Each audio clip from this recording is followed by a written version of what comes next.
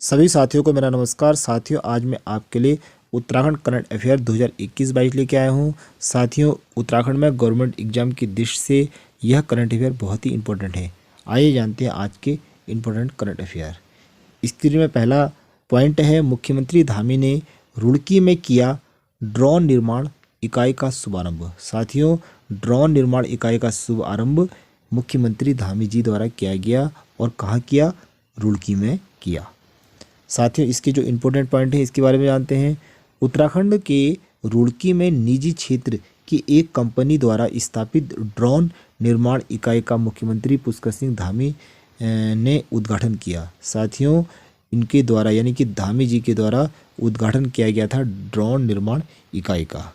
साथियों, इसके बाद अगला पॉइंट है, फूड ग्रेन एटीएम योजना शुरू करने वाला उत्तराखंड देश का तीसरा राज्य है।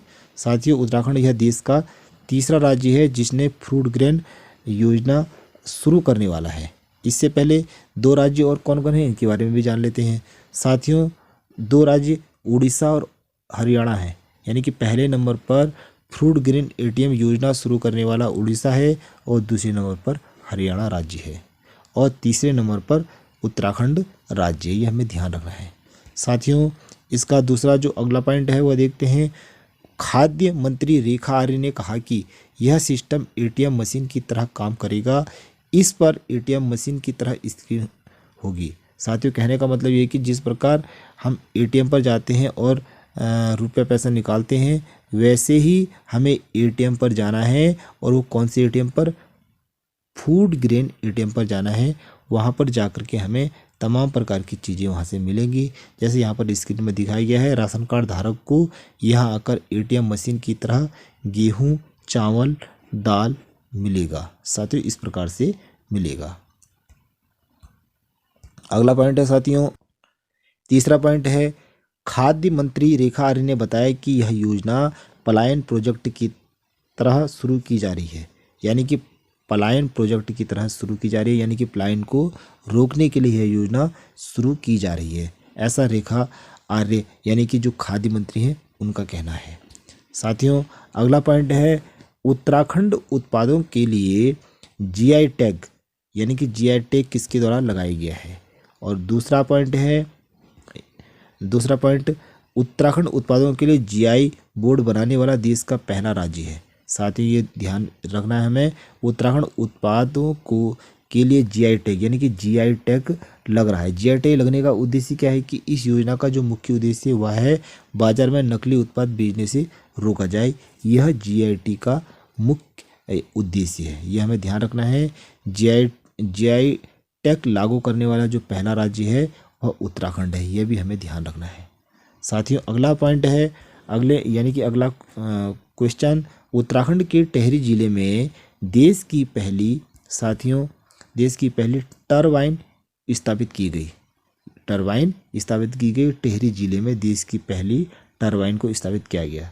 साथियों, आइए इसके बारे में भी जानते हैं। इनके पॉइंट हैं, सबसे जो पहला पॉइंट है, टिहरी बांध परियोजना में देश की पहली और दुनिया की तीसरी टरबाइन की रनर स्थापित की गई। इसके पहले फ्रांस, स्विट्जरलैंड में ही ये लगी है। साथियों, ये भी हमें ध्यान रखना है कि टरबाइन को स्थापित कर दिया गया है टिहरी में और उससे जो बिजली उत्पादन होती है टिहरी बांध से वह होती है 250 मेगावाट विद्युत पैदा की जाती है। अभी केवल एक बांध से शुरू किया जा रहा है। साथियों, हमें ये ध्यान रखना है।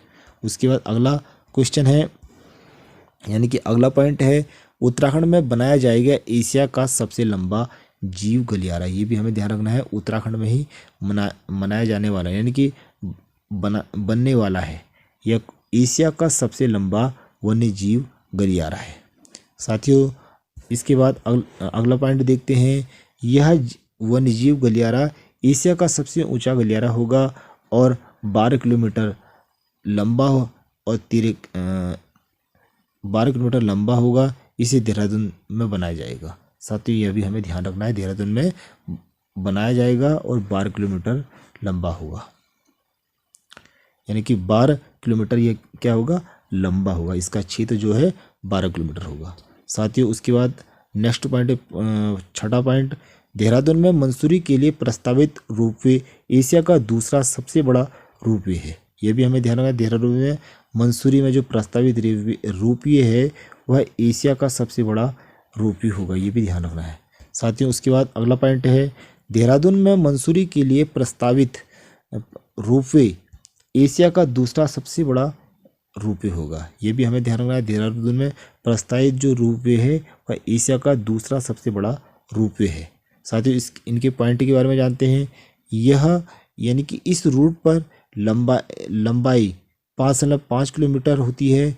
इस रूप के बचने से दूरी से मंसूरी मात्रा 15 से 18 किलोमीटर होगी। साथ ही ये भी हमें ध्यान रखना है, देहरादून में मंसूरी के लिए प्रस्तावित जो रोपवे एशिया का दूसरा सबसे बड़ा रोपवे है, उससे जो दूरी थी वह दूरी बहुत कम हो गई है। जो दूरी मंसूरी तक कितनी थी, 15 से 18 किलोमीटर थी, वह अब कम हो चुकी है।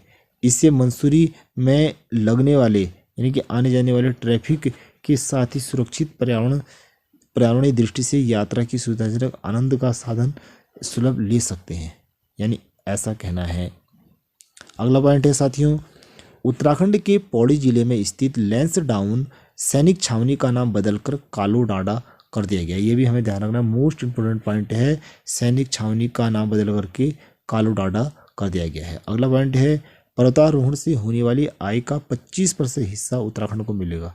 यानी कि केंद्र सरकार का कहना है कि जो पर्वतारोहण से जो आय प्राप्त होती है उसका 25% राज्य सरकार को दिया जाए, यह उनका कहना है। अगला पॉइंट है साथियों, ऑपरेशन मर्यादा अभियान 2022 में शुरू किया गया। यानी कि ऑपरेशन जो मर्यादा अभियान है 2022 में शुरू की गई।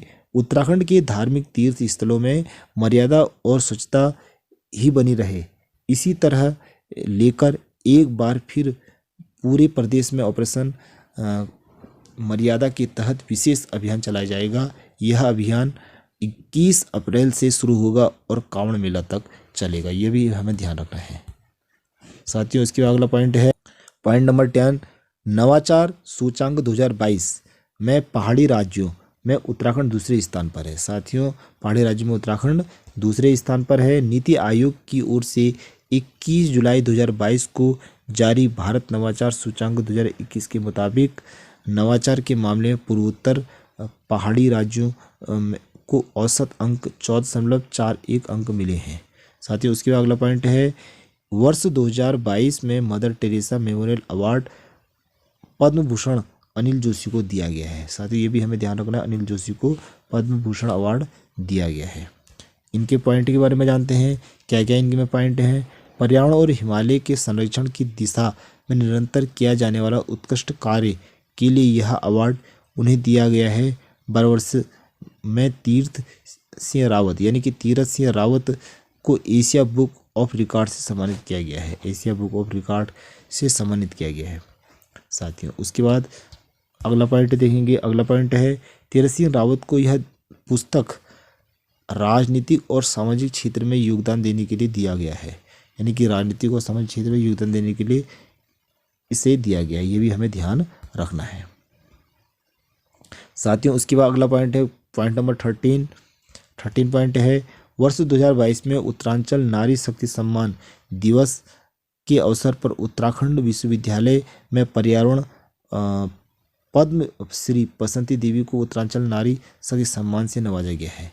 यानी कि बसंती देवी को नवाजा गया है किस पुरस्कार से, नारी सम्मान महिला पुरस्कार से नवाजा गया है साथियों। उसके बाद अगला पॉइंट है, वर्ष 2022 में गणतंत्र दिवस पर राजपथ पर होने वाली परेड में इस बार देवभूमि उत्तराखंड से जो झांकी आएगी जिसका नाम डोबरा चांटी होगा।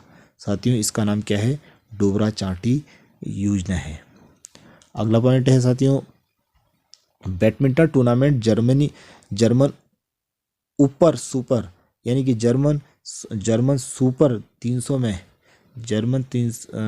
में भारतीय बैडमिंटन खिलाड़ी लक्ष्य सेन ने German over super 300 world federation supervision 2022 में रजत पदक जीतने वाली पहली भारतीय बन गए हैं। यानी कि बैडमिंटन टूर्नामेंट जर्मन में सुपर 300 में। तो साथियों ये इसका इम्पोर्टेंट पॉइंट है। अगला पॉइंट है नैनीताल के तनु मलिक ने एशिया कुश्ती 2022 में चैंपियनशिप में भारत के लिए कांस्य पदक जीता। साथियों कांसी नहीं है, ये कांस्य पदक जीता है, कांस्य पदक जीता है। यह पदक 4 से 9 जुलाई 2022 को आयोजित किया जाएगा, यानी कि 4 से 9 जुलाई 2022 को यह पदक आयोजित किया जाएगा। साथियों उसके बाद अगला पॉइंट है शैलेश मटियानी राज्य शिक्षक पुरस्कार 2021 से 18 शिक्षकों को सम्मानित किया गया है। साथियों 18 शिक्षकों को सम्मानित किया गया इस बार 2021 में शैलेश मटियानी राज्य पुरस्कार से। साथियों अगला पॉइंट है विपिन सांघी उत्तराखंड उच्च न्यायालय के मुख्य न्यायाधीश हैं, यानी कि विपिन सांघी उत्तराखंड उच्च न्यायालय के मुख्य न्यायाधीश है, ये भी हमें ध्यान रखना है। साथियों ये थे उत्तराखंड सामान्य ज्ञान के इंपॉर्टेंट प्रश्न। यदि आपको ये वीडियो अच्छी लगी हो तो चैनल को लाइक सब्सक्राइब और शेयर जरूर कीजिए। मिलते हैं एक नई वीडियो के साथ, तब तक के लिए मेरा नमस्कार। Thank you very much.